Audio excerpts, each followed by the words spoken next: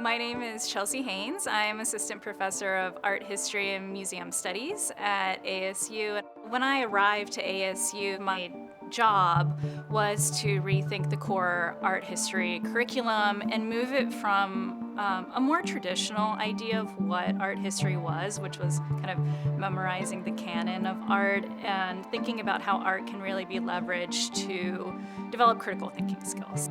To think through artworks as objects that have sparked inspiration and arguments and opinions and ideas. So it's not the artworks necessarily that we introduce to the students that matter, but it's the critical skills of interpretation and analysis that we can give those students. In the traditional art history classroom, students learn through textbooks and they learn through PowerPoint slide presentations, and students don't have a great sense of where they would fit in relationship to this artwork. And because they don't have that embodied relationship, they don't have that emotional or real intellectual connection with it. And so we want to spark the emotional connection in order to lead them to intellectual curiosity, into investigating works in further detail and doing their own research and building their own arguments and opinions and ideas about why these artworks in these places mattered. Dreamscape represents a path forward.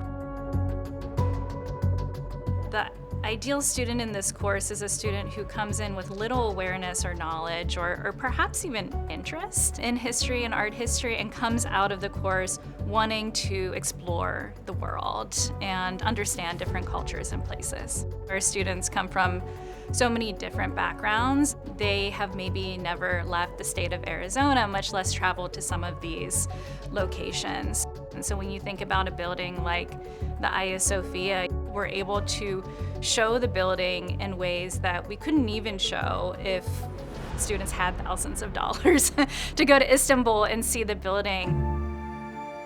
We look at how the building had changed over time, both politically, but also religiously, and also how the artworks and the material structure of the building also changed over time. And that's something that we can only do through VR.